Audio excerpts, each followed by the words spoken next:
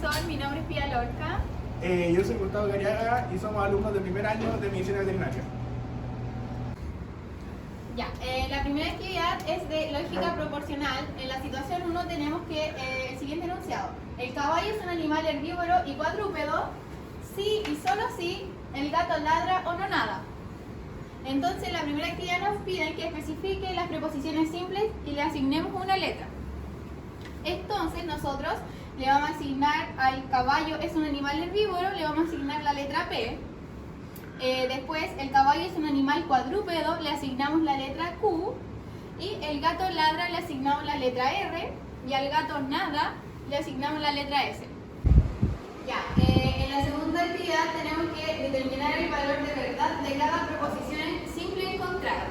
Entonces, a lo que ya habíamos hecho anteriormente de asignarle las letras, ahora vamos a verificar si es verdad o falso. P, él dice que el caballo es un animal herbívoro, por lo que sería correcto. Q dice que el caballo es un animal cuadrúpedo, que también sería correcto porque los caballos andan en 4 patas. R sería que el gato ladra, eso sería falso porque los gatos maullan, los perros ladran. Y S sería el gato nada, eso también sería falso porque los gatos no nadan. Por instinto de salvación quizás lo podrían hacer, pero no es porque ellos lo hicieran. Y en la actividad 3 nos piden que traduzcamos el enunciado en lenguaje simbólico. Por lo que P corresponde al caballo es un animal herbívoro con conjunción de que correspondería a la letra I. Y Q correspondería al caballo es un animal cuadrúpedo. Aquí existe una bicondicional, la cual sería sí y solo sí. R corresponde al gato ladra con una disyunción que sería O. Y aquí está en negación S porque aquí dice no, nada. Actividad 4. Determine el valor de verdad de la preposición completa. Aquí tenemos que P es conjunción de Q, bicondicional de R que es disyunción de negación S. La veracidad de P es V y la veracidad de Q es V también. La veracidad de R sería falso y la veracidad de S sería verdadero. Ustedes se preguntarán por qué ahora es verdadero si anteriormente la teníamos falsa.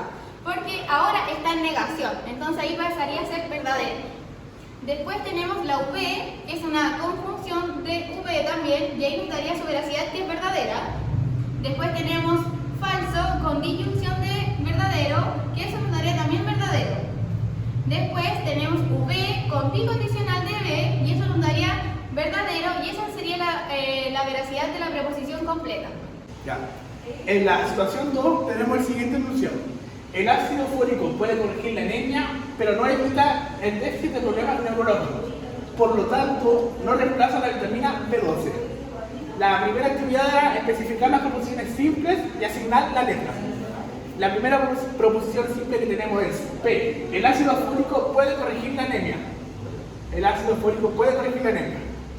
A la Q le asignamos evita el progreso de los déficits neurológicos, evita el déficit de los problemas neurológicos, y la R reemplaza la vitamina B12. Reemplaza la vitamina B12. La actividad 2 nos pide que traduzcamos el enunciado en lenguaje simbólico.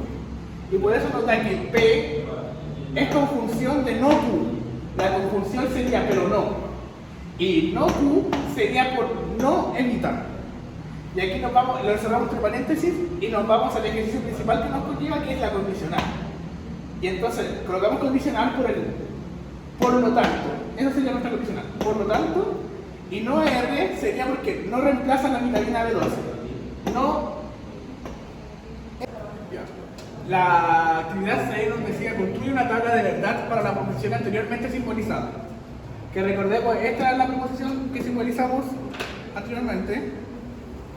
Primero que todo, nos fijamos cuántas celdas tiene que haber hacia abajo. Y esto de forma muy simple. Lo hacemos de 2 y lo elevamos al número de variables que tenemos, que son 3. Y 2 elevado a 3 nos da 8. De ahí están nuestras 8 celdas hacia abajo. Y para colocar los verdaderos y falsos, primero partimos 4 verdaderos, 4 falsos. Después 2 verdaderos, 2 falsos, hasta llegar a 8 y después 1 y 1. Y como teníamos negación de Q, sería lo contrario a la Q que tenemos. Falso, esta es falsa porque esta es verdadera, esta es falsa porque esta es verdadera, y esta es verdadera porque esta es falsa, y así sucesivamente. Y lo mismo con R. si la R la tenemos verdadera, va a ser falsa. Y entonces aquí nos vamos a la conjunción de P negación Q, que sería la P verdadera, conjunción la Q falsa, eso nos da que es falsa. Y así sucesivamente con la regla que vimos hacia abajo, para no estar detallando todas. Aquí exactamente lo mismo. Después nos vamos a, resolvemos esto, y eso sería todo esto. Esto sería nuestra condicional, con no R. Lo resolvemos igualmente como lo hicimos. Esto falso, con no R, que no R en este caso es falso, nos da verdadero. Y así sucesivamente, corrigiendo, viendo la tabla con la que usted nos dio el profesor. Ya lo importante de la condicional es que para que sea falsa, solamente la primera tiene que ser verdadera y la segunda falsa.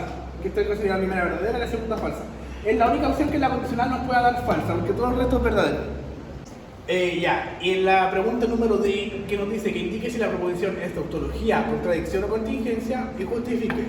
En este caso nos dice que el enunciado es contingencia, ya que aquí todos los resultados que nos dan son verdaderos y tenemos una falsa.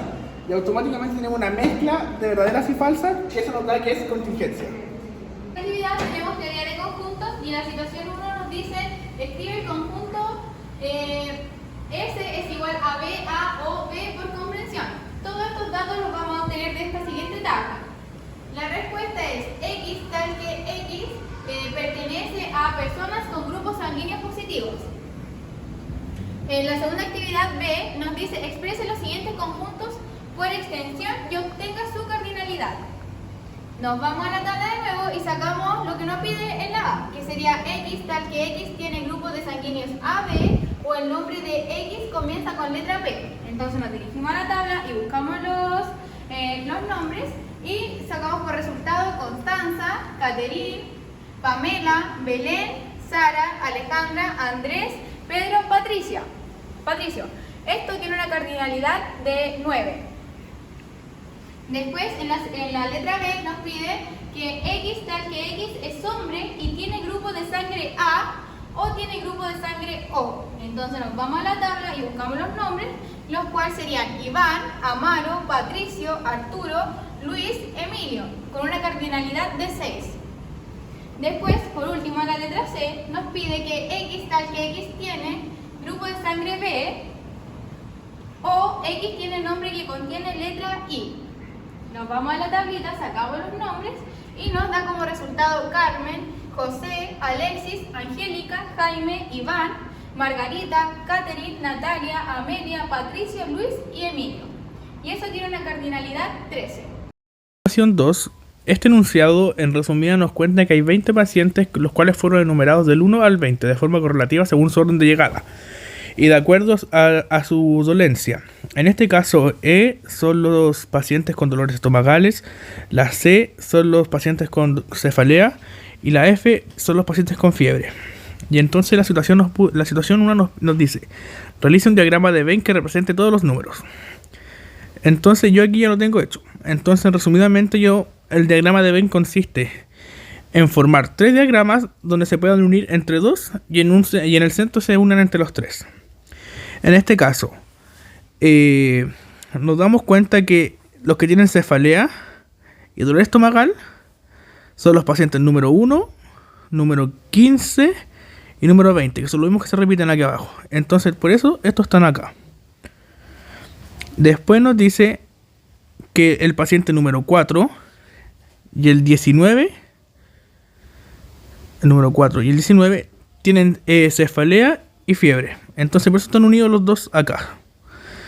Y no hay ninguno que tenga fiebre y dolor estomacal a la vez. Entonces por eso aquí no hay nada. Y todo el resto de los numeritos que hay acá son el resto de los pacientes que tienen solamente un malestar. El paciente número 12 es el paciente que tiene las 3 malestares. En la actividad 2 de la situación número 2 del enunciado de la sala de espera con 20 pacientes, nos dice determina el número de pacientes que tienen cefalea y fiebre, pero no dolor de estómago. Esto lo hacemos en base al diagrama de Venn que hicimos anteriormente. Entonces serían los pacientes con cefalea en la intersección con los pacientes con fiebre, menos los que no tienen dolor de estómago. Entonces, los que tienen fiebre y cefalea son los pacientes número 4 y 19, menos el resto. Esto nos diría que estos dos pacientes son los que tienen cefalea y fiebre. 3 que nos pide escriba por extensión los siguientes conjuntos y determine su cardinalidad.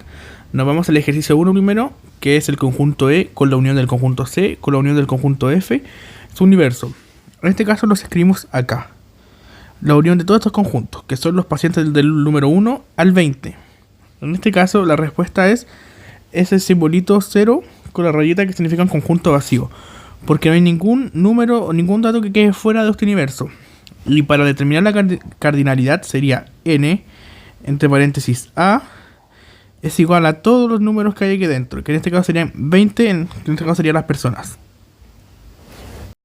De nuevo al ejercicio número 3, pero la parte número 2, que nos dice el conjunto E menos el conjunto C con la intersección del conjunto F. En este caso nos quedaría E menos el 19,12,4. Y en respuesta sería los pacientes número 1, 2, 7, 8, 9, 11, 13, 15, 17, 20.